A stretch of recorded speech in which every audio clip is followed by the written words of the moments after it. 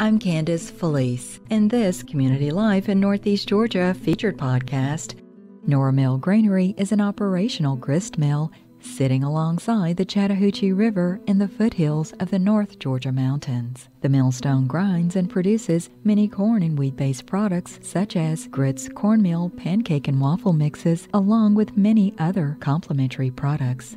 Adjacent to the mill is an old-fashioned country store and gift shop named Nora Mill next door. It is stocked with thousands of food items and a large kitchen for cooking and serving samples. Today, we visit this historic mill with its miller, Tommy Martin, who is a native of White County and has worked for the mill for over 30 years.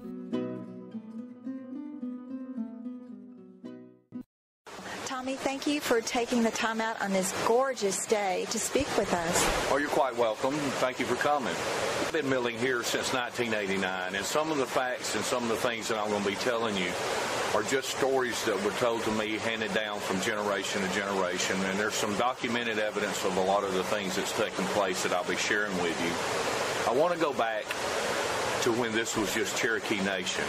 And it's 1813, there was a Native American Indian trail that came from Tennessee all the way to South Carolina, and then across the Appalachian Trail, which was called the Warrior's Path at that time. And the Cherokees had used this trail for years, and a man named Wiley asked the Cherokee Indian chief if he could widen this trail into a road.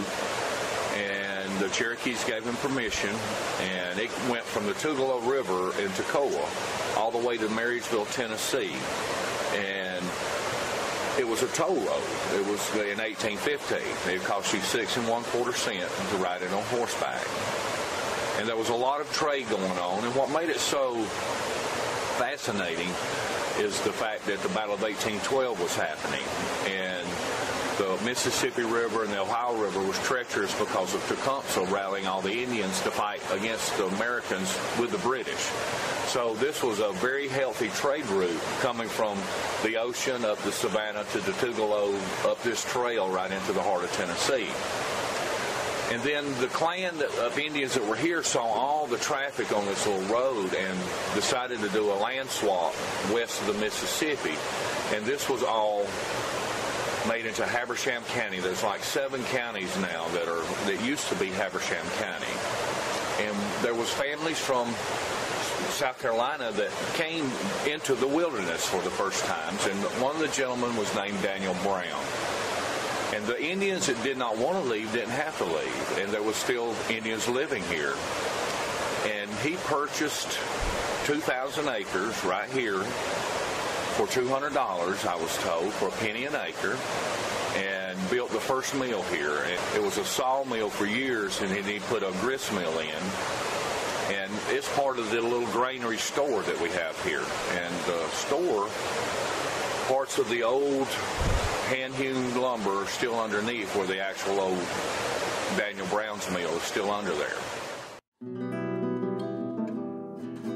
Nora Grist Mills was built in 1876 by native Californian John Martin when he relocated to Georgia to mine for gold. After making Salty Nacoochee Valley his permanent home, Martin purchased French burr millstones weighing approximately 1,500 pounds from Paris, France, and a water turbine from Rome, Georgia. Again, Nora Granary miller Tommy Martin.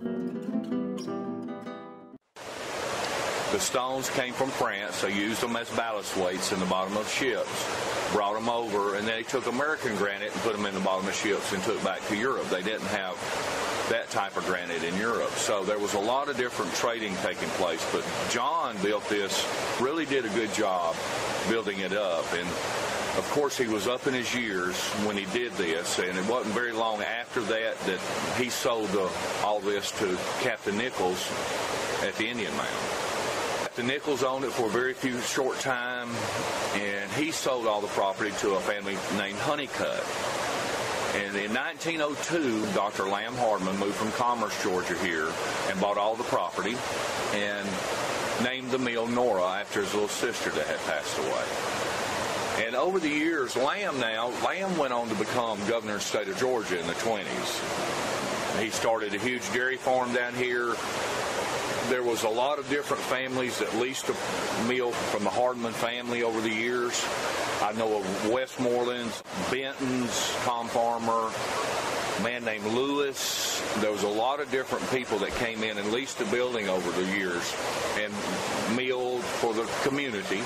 And there was a lot of community milling going on here. And at the same time, Lamb, he was governor. And at the same time, Herbert Hoover was Secretary of Commerce before he was president. Well, Herbert Hoover inspected our mill one time because there was a white biscuit coming out of Helen, Georgia, and no one had bleached flour yet.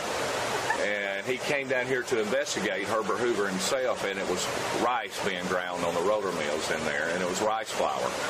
But it was of such a big deal, they didn't want to let someone underneath him come. He wanted to find out for himself what they were doing. Back up just a second with the discovery of gold. Unicoi Turnpike, once again, played a big role with Europeans coming, just getting off the ships, coming right up the Savannah River, Tugelo River, onto this trail, and they just flooded the area here. And the mill then was Daniel Brown's. It hadn't got to this big mill yet. But after the community started growing, and when John Martin was here, everything settled down and everybody started going to grinding and living off the land, and the gold was gone.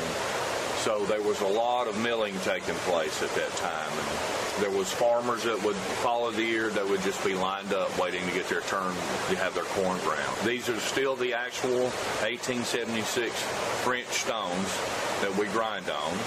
The actual 1876 water turbine we're still using to power the stone. There's been a lot of things that have changed. We've rebuilt the dams a couple of times, the raceway. In fact, you may be hearing the water falling over the dam right now. And in 1981, a gentleman named Ron Fain came in and started leasing the property. And when he started leasing the property, he was afraid. He was a big history antique buff and retired lieutenant colonel. He wanted something historic for the people in this area to come and visit. Well, at the same time, he remembered stone ground cornmeal and stone ground grits. And his father was born here in 1897 and moved to Akron, Ohio to work in the Goodyear plants after World War I. Well, when Ron started getting close to retirement in the military, he moved his wife and the children down here to the old home place. And his brother and he were some of the first business owners in Helen. And Ron had an antique store uptown. Ron came in, and they were using the roller mills inside. Roller mills took the place of the stones. It was an industrial revolution around 1887. And they started mass producing large quantities, but it cooked the corn oil, gummed up the machinery, so they had to degerminate corn to mass produce. Then the word enriched was invented after World War I because they didn't know they were taking all the vitamins and minerals out. When they started enriching, and this is why grits, store-bought grits, have not hardly any flavor, because they've been degerminated to mass produce. Ours is a whole grain product. And when Ron started leasing the building, he dismantled the 4 roller mills that were in there and invested his own money in getting those stones back, pouring the babbitt that hold the bearings. There is no ball bearings; it's all babbitt bearing on the mill and on the turbine. And he spent his own money building the dam back and got this all back working, because he knew if you ever tasted a whole grain product, you was going to love it. And before the computer age, on all the labels, on the recipes, on all of our packages, on the back was a mail order form. You could come in, purchase a product, take it home, because we're on a well-beaten path here on 75, right outside of Helen, and there's a lot of people that travel and come in and they buy something, take it home, and they love it, and they reorder from us. Nora Mill remained in the Hardman family until 1998, when it, along with 300 surrounding acres, was purchased by a group of investors associated with Nacoochee Village Limited. after a succession of millers throughout the years. In the early 1980s, retired Army Lieutenant Colonel Ron Fain worked with the Hardman family and leased Nora Mill. Working alongside his parents as the miller, the Fains brought the old mill back to life.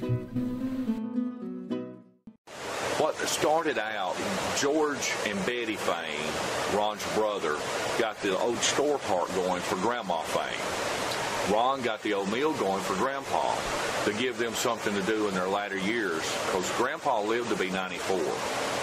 And when I first started working for the Fain family in 1989, Grandpa taught me the rhythm of the stones sitting in the rocking chair. He could sit in that rocking chair and he'd say, "Your corn's getting low over there." And I'd walk over and look, and the rhythm of the stones had changed, and he had heard the rhythm change and knew what was happening. And that's where I learned that. So I was really blessed to be around the old-timers like that taught me a lot about the mill. His son, David, taught me a lot about the mill, too. But as time went on, Joanne took more of an interest and a role in the mill. Grandma passed away, Grandpa passed away. George and Betty pulled out of the store part. Ron took it all over. And this is when the landlords changed. The Hardmans decided to sell off this section of property, and Tom Slick of the Habersham Winery and a few investors came in and bought all the property, and we started leasing from them. Now, Ron was a pretty smart businessman, and he had incorporated the name and registered trademarked the items. And he has really done a good job. And then our manager, Kristen Cantrell, she started working here when she was 15, 16 years old. And her and Joanne have really oriented the theme of the meal into a kitchen, cooking-oriented type atmosphere. As the popularity of the mill grew over the years, it became part of what is now known as Nacoochee Village. Martin says restaurants in many major cities like Chicago, New York, and Maryland serves the mill's grits, and fall tours beginning with Oktoberfest brings visitors from across the globe to taste and purchase many of the mill's grains and other specialty items. We have 9 restaurants in Chicago that serve our grits now, 5 in New York. We have warehouses that distribute to different restaurants in New York and Maryland. We have bed and breakfasts up and down the East Coast that serve our product. A lot of families from the Tennessee, South Carolina, North Carolina, Alabama, Mississippi area, and Florida is our biggest mail order state at the time. Have you ever wondered where the saying, "nose to the grindstone," originated? Well, Nora Mill Granary miller Tommy Martin explains. But while I'm grinding and I'm smelling for that grindstone, that is where the term nose to the grindstone comes from. As long as I keep my nose to the grindstone and stay focused, everything will be all right. So periodically I'm coming by and I'm smelling to make sure I have enough corn running through it to keep the two stones separated. Now, there was a punishment in the 1400s. There's like with any other saying, there's always 2 or 3 stories to it. But the staying focused work term is the miller keeping his nose to the grindstone. Although many changes have occurred over the years, the central mission of grinding fresh grains free of additives or preservatives remains the same for Nora Mill Granary. As we walk down the enclosed breezeway to the deck below, overlooking the large rainbow trout swimming in the beautiful Chattahoochee River, Martin explains the inner workings of the mill's refurbished grinding and milling machinery. Right now we're looking over the railing on the back porch at the turbine. It's an actual cast iron turbine purchased in Rome, Georgia. The raceway comes from the mill pond. The dam's elevated. The dam is there for a reason, to elevate the water, to give us a body of water. The water level in the mill pond is going to be the same water level that's dropping down into the box where the turbine sits. When the water comes down, drops down, it creates pressure. But it falling into that box force that the turbine's sitting in magnifies that pressure. There's a gate valve that I have control inside that opens the internal mechanism. It's called a sleeve gate, and it raises the sleeve gate up, and the pressure causes the internal mechanism to spin. That causes the pinion gears to spin. Notice the wooden teeth on those gears? Those are shear pins. They're not really shear pins, but if anything malfunctions, it'll shear off a cheap wooden tooth instead of breaking a tooth off of that 1836 gear. They built things back then to last. And those wooden teeth, Kathy's husband made those, and those are about 20 months old now. But that's just a safety feature. If it were to hit metal on metal, it could bend the shaft, tear the bearing out. That's that way because they built things to last back then. Since this is live water, do you ever get any fish in? The Unicoi Outfitters stock this. This is private property, both sides. In Georgia, the term is a navigable river. A navigable means that a certain sized craft can navigate up and down that. Does not mean inner tubes, kayaking, floating on a raft. This is how they can stock this, and they charge half-day, whole-day fly fishing excursions. And right now, when we finish right here, Candice, I'll take you down and show you the big fish. Okay. All right. So we ready to go down? Yeah. Tommy, these are huge fish. These are the Unicoi Outfitters stock these, and they do a good job. The water temperature right now is just too warm to fish, but they're part of a Nacoochee village. If you don't know how to fly fish, they will teach you. They give lessons, and it's fly fishing only, catch and release. That's why some of these are so big. So the striped ones. That's a striped bass that's come from Lake Lanier. They migrate up, and they're starting to come in this time of year, and then they'll go back down. But there's two of them there now. Now, we took feed from the little feeders here from Habersham Winery and fed them like we were feeding the ducks. Are they trained? No, they're pretty territorial. It's about a 1.5 mile stretch of river here that they fish on. So you're not just fishing here, you're fishing all up and down. And they've been on a couple of different sports channels for fishing, and people fly in from Wyoming to do it. But it's just part of our meal is people coming back here and watching the fish. Now, we walked down and looked underneath the building, and I'm showing her all the gears and pulleys that are underneath that are original for 1876. And parts of this old dry stack rock work is the 1824 mill that I was talking to you about with Daniel Brown. But it's all belts and pulleys after it leaves the turbine, and it causes the stones to turn. There's more gears and pulleys underneath. This is remnants of the old paddle wheel that was here. They left the paddle wheel up until the late 40s, early 50s, and took the paddle wheel out, and that's why it was Nora Mill's plural, because there was 2 mills here. As far as the original stones that are used here in the mill, can you explain why they haven't deteriorated? The pink granite from the Marne River Valley in France were the most sought-after stones at that time. They were the most expensive stones at that time. It is not a solid piece of granite.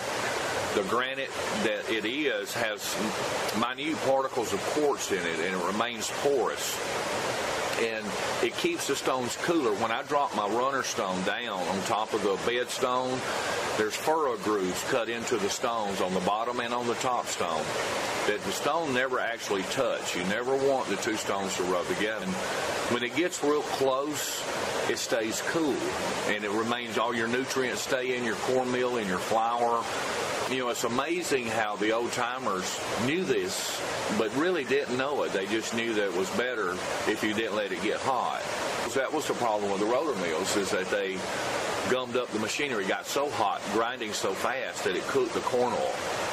But the pink granite, the ones that I have are like 6 and 7 pieces banded together to make a large stone, because that quarry ran out of the solid stones in the 1820s. Those stones are gone. I saw one pink granite on the internet 2 years ago, and they halfway wore out, and they wanted $10,000 for it. So they're very rare, but they're very hard, and they stay cool, so they're going to last longer. Now, when I'm starting to grind, the mill's coming out a little slot and dropping downstairs, going up elevator cups. All the elevator cups are taking the ground product up to either a sifter or a grit separator. It's separating or sifting. But as it's falling through the floor out that slot, I smell of it. I'm smelling to make sure the top stone is not touching the bottom stone. You won't get a piece of rock in your grits. You won't get a piece of stone in your cornmeal. It wears the furrows down. A lot of people come in and say, won't that just grind your teeth down? And that was the Egyptians and the indigenous tribes of Indians that was happening to. And there's been episodes where a gentleman built a mill and cut some granite in his backyard, and it wasn't supposed to be using that type of granite. There's granite that you just not use for grinding corn and wheat. You do not want a granite countertop type of granite because it gets slick and smooth. The pink granite remains porous. It still has air slots in it, and it keeps it cooler when it comes together. Now, as far as the grains themselves, being a purist, what is the shelf life of the grains? On all of our packages, we have a label, or on the back of some of the bags, it tells you to store it in a cool, dry place. We encourage you to take the whole grain product home, put it in a Ziploc freezer bag, Tupperware dish. Whole grain products, you can do this and it'll last a long, long, long time. We had one lady that called, they did a segment on the additives and preservatives going bad in the freezer, and she had already cooked her cornmeal. And she was saying, Lord, I hope y'all don't put additives. She said, I just ate some. I've had it in the freezer for a while. And she said, but it was just as good as the day I bought it. She said, but I was just afraid y'all put additives and preservatives in there. And we said, no, ma'am, we didn't. And asked her how long she had them in the freezer, and she said 12 years. And it was just as good as the day she bought it. And it's just amazing. We have restaurants that order 1,000 pounds at a time to save on shipping, and then they put them in tubs and put them in walk-in coolers, and it keeps them fresh. And the whole grains, the minerals and vitamins are still in them, and they just don't go bad by freezing. As far as like the little boll weevils and the mites that get into when you go back to the earlier days of that, how does that occur? Well, weevils are something that even grocery stores deal with. That's why a lot of your things in the grocery store are kept in the back. They've brought in refrigerated trucks. They've kept in the back in refrigeration. They put them out on the shelf, and there's so much shelf life, and then they expire. We keep ours fresh by not grinding it until we're ready to bag it. And as soon as we're bagged, there's a shelf life. And then, because we don't leave nothing on the shelf very long, because there's so many people coming and buying. And that's why we encourage you to take it home and get it in an airtight container. The airtight containers and the freezing element. See, weevils are a part of our life. Now, I've never seen any mites in our grain, but there's all different types. We have a special process that we do. We do not get local corn from Tom, Dick, and Harry, because it'll be 3 different types of cornmeal. We have our corn brought in from one place. It's non-GMO corn from Kentucky, and it's guaranteed the same, and it's a food-grade corn. Food-grade is treated a little different than just what you bring in from the field. Food-grade is dried from 27% moisture content down to 16% moisture content to kill an alpha toxin and a mycotoxin. And this process eliminates a lot of that. But it's very clean corn. It's not like you just grew it. See, a lot of the Georgia farmers grow agricultural corn, and we don't want agricultural corn. We want a food-grade corn. So we get all of ours so that you can get the same cornmeal next month, 2 years from now, 6 years from now, you'll have the same cornmeal from Nora Mill. Because quality like that is very important to us. Now, what is agricultural corn? Does it have less nutrients in it? A lot of the agricultural corn is specifically for ethanol or animal feed. They leave it on the field, let Mother Nature dry it to 16% moisture content. They go in there and get it, and they sell it. And they sell it to companies all over making ethanol, but you have to have it dried to 16% moisture content. If you leave your corn on the field till it dries to 16%, and the ear of corn dries under the shuck, there's a mold that forms, and that's called alpha toxins and mycotoxins. And when they shuck that corn, see, they go in with a combine, and only the kernels of corn come off, and it's never been dried.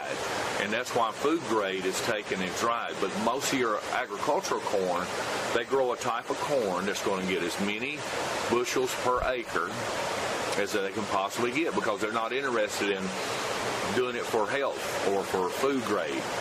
If it was, ours is grown differently as well as harvested differently, it costs us more, but it's a better product for you as a customer, because there's, back in the day, we really didn't get into all that. Everybody just brought whatever they had and they had it ground. We just don't do that here, because it would jeopardize the integrity of our product. Milling something from your garden, we didn't know what kind of pesticides you use, what type of corn it was.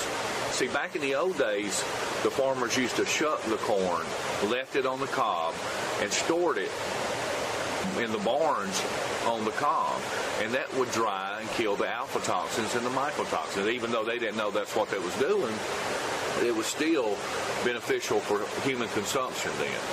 But back then, the animals ate the same as what we ate.